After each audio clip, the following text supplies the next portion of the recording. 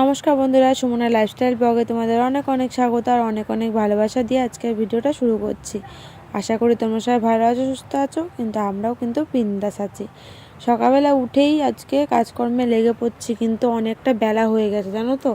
আমার এখনও তাড়াহুড়া লেগেছে। পরমাশায় উঠে গেছে, ব্রাশ করছে, ও আবার ব্রাশ করে তারপরে জল আনতে যাবে, জল নিয়ে এসে তারপরে বাজার করতে যাবে, কারণ আজকে বাজারঘাটও করা লাগবে। আর মেয়ে কিন্তু ঘুম থেকে উঠে গেছে, ওকে কার্টুন চালিয়ে দিয়েছি, কারণ ঘরটা পরিষ্কার করে তারপরে মেয়েকে নামাবো, তারপরে ও বাইরে গিয়ে ব্রাশ করবে, ঠিক আছে। তার আগে ঘরটায় যে ঝাড় দেওয়ার আগে কিন্তু ঘরটার থেকে 7 ইঞ্চটা বাইরে রোদে দিলাম। তারপরে কালকে এঁঠো বাসন ছিল, সেইগুলো কলপারে ধুয়ে আসলাম। এখন ঘর ঝাড় দিয়ে মুছে তারপরে এঁঠো বাসন মাজবো, তারপরে ব্রাশ করবো, উঠোন ঝাড় দেবো। এই তো বাসি কাজকর্ম থাকে আমার। চলো কাজকর্ম সারি। আশা করি আজকে ভিডিওটা তোমাদের খুবই ভালো লাগবে, সঙ্গে থাকো তো।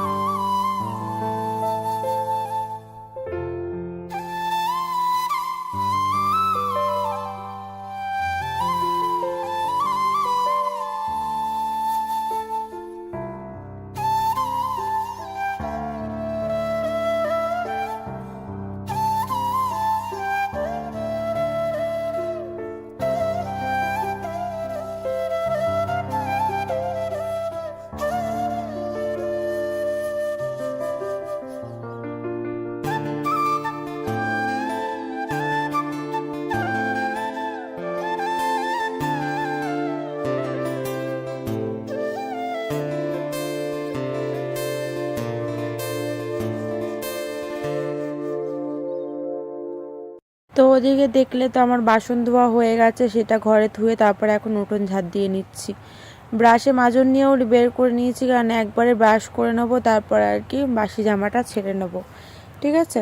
আর মেয়ে ওদিকে আর কি ব্রাশ করছে, ওকে ছেড়ে দিয়েছি, ও এখন ব্রাশ করে নিক, তারপরে ওকেও দুধ খাইয়ে দেবো। দুধওয়ালা দুধ দিয়ে গেছে, সেটাও জ্বালাবো। আজকে অনেকটা বেলা হয়ে গেছে, দেখছো রোদ উঠে গেছে, তো ওই কারণের জন্য কাজ করতে করতেও আমার দেরি হয়ে গেল। আর বরমশাই আসলে একটু চা করবো, ইচ্ছা আছে, জানি না চা খাবে কিনা, কারণ আবার মেলার থেকে জিলেপি এনেছিলাম, জিলেপিও রয়েছে। যদি জিলেপি খাই তাহলে তো আর চা খেত না। আর একার জন্য চা করতে ভালো লাগে বলো? যখন খুব ইচ্ছে হয় তখনই শুধু খায়, কারণ নিজের একার জন্য একটু চা করব সেটা আর ভালো লাগে না খাইতে। তো যাই হোক, মেয়েকে তো দুধ খাইয়ে দেবো। আর এখন বলো তো কি, এখন বলবো না, কটা দিন ধরে ওকে দুধটা সকালবেলা আমি 12টার মধ্যে খাইয়ে দিই, তারপরে ভাত খায়, বিকেলে যা খাবে খাবে, অসুবিধা নেই। যেমন ধরো ভাত যদি না খায় বিকেলবেলা, তাহলে ধরো ম্যাগি খেয়ে নিল, কিন্তু দুধটা সকালে 12টার মধ্যেই খাইয়ে দিই 2বারে। তো ওই জন্য রান্নার চাপটাও থাকে না, বেলা করে রান্না হলে আমার অতটা অসুবিধা হয় না। আর এই যে টুলটা দেখছো, টুলটা এখন কিনলাম, বাইরের ওপরে এসেছিলো, জামা কাপড় নিয়ে দেয় না, জামা কাপড় মানে নিয়ে আর কি জিনিসপত্র বিক্রি করে, তো সেখান থেকেই টুলটা নিলাম। কিন্তু আমি জামা কাপড় বলতে 2টো নাইটি দিয়েছি, আর হলো টাকা দিয়ে কিনেছি, ঠিক আছে, 100 টাকা। নাইটির এখন মনে হয় দাম বললো যে 5 টাকা পিস আর কি। তো যাই হোক, দেখো 100 টাকা নিয়েছে। ঠকিনি আশা করি, কারণ বলো তো কি, আমি তো জিনিস কিনতেই পাই না বলতে গেলে, জানো তো, ঠকে যায় মানুষের কাছে। কিন্তু আজকে পাশের বাড়ির দিদি ছিল, তার জন্য আর কি ওই দিদি কিনেছে, আশা করি ঠকিনি। এখানে 180 টাকা বলেছে, আমি আর কমালে কত কমাতে পারতাম বলো, 150 টাকা হয়তো। তো সেই জায়গায় আমি বলতো কি, কোনোদিনও বাজারঘাট বলো এসব কেনাকাটি বলো করিনি তো বিয়ের আগে, এখনও ধরিনি, এখনও বরমশাইয়ের হাতেই রয়েছে সব বাজারঘাট, এসব জিনিস কেনা সব। তো যাই হোক, টুলটা কেমন হয়েছে অবশ্যই জানিও, কারণ লোকজন আসলে না কিছু দিতে পারি না। এই একটা টুল রয়েছে, আর আমাদের কাজের একটা টুল রয়েছে নিচু, সবাই তো নিচুতে বসতে পারে না বলে অসুবিধা হয়। তো একটা উঁচু টুল থাকলে কি সুবিধা। তো এদিকে বরমশা বাজার নিয়ে এসে ফুলকপি, টমেটো, সিম, আর এদিকে মাছও নিয়ে এসে সব, ওদিকে সবজি বাজারগুলো গুছালাম, দেখি কি রান্না করি। মাছ তো রান্না করবই। আর দুধওয়ালা দুধ দিয়ে গেছে, জ্বালিয়ে নিয়ে এই যে ঠান্ডা করতে দিচ্ছি, ঠান্ডা হলেই মেয়েকে খাইয়ে দেবো। আজকে আবার লেজের দিকের পিস নিয়ে এসছে। লেজের দিকের পিসগুলো বলো তো কী হয়, কাটা হয়, মেয়েকেও খাওয়াতেও অসুবিধা, নিজেদেরও খেতে অসুবিধা হয়। আগে না কম বেশি বেশি কাটা থাকলে অসুবিধা হতো না, লেজাও যেরকম ভীষণ ভালোবাসতাম, কিন্তু এখন আর ভালো লাগে না, অত কাটা বেছে সময় নেই, সময় পাই না জানো তো যে বেছে বেছে খাবো। তো বরমশাই ইচ্ছা হয়েছে, অনেক দিন যেহেতু লেজের দিকে খায় না মাছ, ওই জন্য আজকে নিয়ে এসেছে। তো যাই হোক, মাছগুলো আর কি প্লাস্টিক থেকে বের করে রাখলাম, নাহলে বলো তো কি নরম হয়ে যাবে। তো পরে ধুতে যাব। আর এদিকে তার আগে মেয়েকে দুধটা খাইয়ে দিলাম, ব্রাশ করিয়ে মুখ টুক ধুয়ে দিয়েছি। টিপ নেই কপালে, টিপটা পরে পরাতে হবে আর কি। আর পড়াতেও বসাতে হবে স্লেট পেন্সিল নিয়ে আবার, কারণ আজকে অনেকটা বেলা হয়ে গেছে বলে আমি হিমশিম খাচ্ছি। এদিকে আবার তেলটাও ঢালা নেই, তেলটা শেষ হয়ে গেছে, কালকে আর কি নিয়ে এসে দিয়েছে। তো সেটাই এখন তেলটা ঢেলে নিয়ে তারপরে দেখি রান্নার দিকে যাব। ওদিকে ভাত বসিয়েছি, আর দেখি মাছটা ধোবো, মাছটা রান্না করব। আর যে কী করি বুঝছি না। রুই মাছ কিন্তু নিয়েছে, রুই মাছ আবার ফুলকপি আলু দিয়ে ঝোল খেতে ভীষণই ভালো লাগে, ওই জন্য ফুলকপি আলু দিয়েই মাছের ঝোলটা করব। আর এই যে এখন সবজিগুলো কেটে নিচ্ছি। তারপরে দেখলাম যে ছিম তো নিয়ে এসেছে, আর ফ্রিজে অল্প একটু কুমড়োও রয়েছে।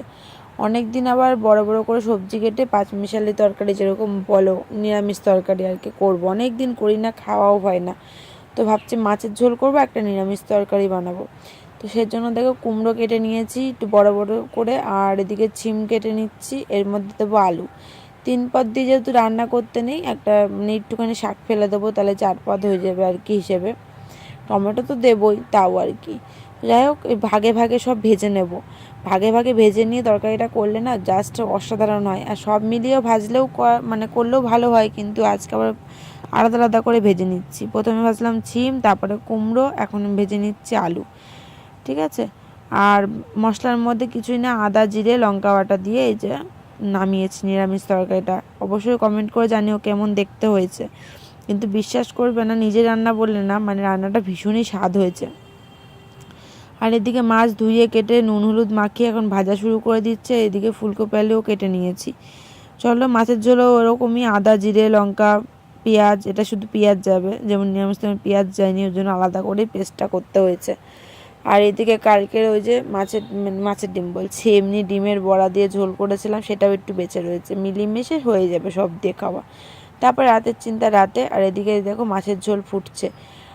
আমরা দুপুরবেলা খেতে বসেছি, হঠাৎ করে শাশুড়ি মার ফোন এসছে, তারপরে সেই দৌড় দিয়েছি খাওয়া। পরে আর আসা হয়নি, শ্বশুর বাবা হঠাৎ করে শরীরটা খারাপ, তো একটু গেছিলাম মার বাড়িতে আর কি।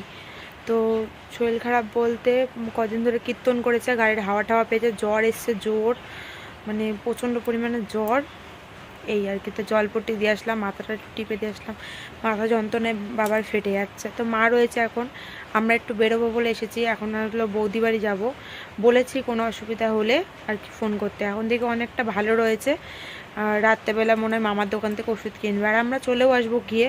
বৌদি বাড়ি অনেকদিন আগে যাবো করছে, যাওয়া হচ্ছে না, আজকে ঠিক করেছে যাবে। আজকে কাজ ছিল না, কাজ ছিল ওই বেলায়, এই বেলা কাজ নেই আর কি।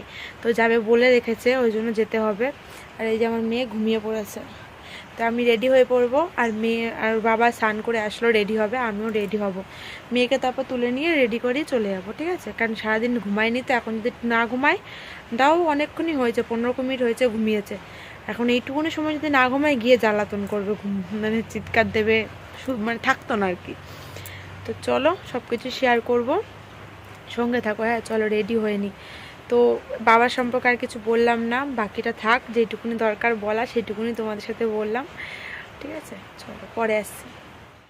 তো এদিকে গিয়ে আমরা এই যে রেডি হয়ে গেছি। তো পরমশাই প্রথমে হেলমেট পরে যে বাইক করে যাবো ভেবেছিলাম, তারপরে ভাবলাম যে মেয়েটার ঠান্ডা লেগে যাবে, একটু তো হাওয়া লাগলেই ঠান্ডা লেগে যায়। এই যে মেয়েকেও রেডি করিয়ে দিয়েছি, তারপরে আমরা টুকটুকি করেই গেছি, বাইক ধুয়ে গেছি আর কি, বাইক নিয়ে আর যাইনি। আর চাদরও নিয়ে নিয়েছি, চাদর মুড়ি দিয়ে নিয়ে চলে আসতে পারবো, মেয়েকে কোনো অসুবিধা নেই। কিন্তু বাইকে না চাদর মুড়ি দেওয়া যায়, কিন্তু বেশিক্ষণ থাকে না মুখ টুক ঢেকে। তো এটাই, তো চলে আসলাম এই যে বৌদি বাড়ি। বৌদির এই যে 2 ছেলে আছে যমজ, ঠিক আছে, মানে কটা মিনিটের আর কি, ছোট বড় ওরা। তো এইদিকে আমরা নিয়ে এসেছিলাম চিপস আর হলো ক্যাডবেরি, এই নিয়ে এসেছিলাম। আর মিষ্টি তো নিয়ে এসেছি, সেগুলো আর কেনাকাটি শেয়ার করা হয়নি, কারণ বড়মশাই আগেই কিনে নিয়ে এসছে, কারণ যেই রাস্তা দিয়ে যাবো সেই রাস্তায় মিষ্টির দোকান পাবো না। তারপরে বৌদি আবার ছাদে নিয়ে গেল, ছাদের দৃশ্যটা যে কী ভালো লাগছে, আকাশটা দেখতে দেখো কি সুন্দর লাগছে। তাই তোমাদেরকে না দেখিয়ে পারলাম না, তাই তোমাদেরকেও একটু শেয়ার করলাম তোমাদের সাথে। তো এদিকে আমার মেয়ে এই যে খেলা করছে, দুটোরই জ্বর, এসে দেখি কি দুটো পুচকুরি জ্বর। তো তো এর সাথে এইটাও একটুখানি শক্তিটা রয়েছে, আরেকটা মানে আরেকজনের যে আছে ওই, ওর আবার ভীষণ মানে পরিমাণে শরীরটা ছেড়ে দিয়েছে জ্বর, আর ওষুধ তো খেতেই পারে না, ওষুধ খাওয়াতে গেছে বমি করে দিয়েছে। তো আর ওর বাবার পেছন ছাড়ছে না, ওর বাবার কোলে করে করে ঘুরছে, আর বাবা আবার পাশের ঘরে পড়াতে বসিয়েছে, ওই জন্য আর কি মেয়ে আবার ওর সাথে খেলা করছে। এদিকে বৌদি এখন করছে চাউমিন, আমরা চাউমিনটা খেয়েই বেরিয়ে পড়বো। চাউমিন মিষ্টি এগুলো সব দিয়েছিল খেতে, সেগুলো খেয়ে আমরা বেরিয়ে পড়েছি। মাথা যন্ত্রণা যেন তো ফেটে যাচ্ছে এখন, না কোথাও আর ঘুরতে যেতে পারি না। ইচ্ছা করে ঘুরতে যেতে, ঘুরতে আমি ভীষণই ভালোবাসি, কিন্তু এখন দেখি ঘুরতে গেলেই মাথাটা যন্ত্রণা শুরু হয়ে যায়। সেই বাড়ি গিয়ে আমার যে কী অবস্থা, মানে মাথা যন্ত্রণায় ফেটে যাচ্ছে। তাও মেয়েকে খাইয়ে দাইয়ে ঘুম পাড়িয়ে তারপরে পরে গিয়ে খাওয়া দাওয়া করেছি বাড়িতে। চলো বন্ধুরা, অনেকটা রাত করে খেয়েছি। আজকের মতন ভিডিওটা এখানে শেষ করছি, নেক্সট দিন আবারও চলে আসবো নতুন ভিডিও নিয়ে। সবাই সুস্থ থেকো, ভালো থেকো। আজকের মতন সবাইকে টাটা। এখানেই ভিডিওটা শেষ করলাম, কারণ মাথা যন্ত্রণায় ফেটে যাচ্ছে। চলো।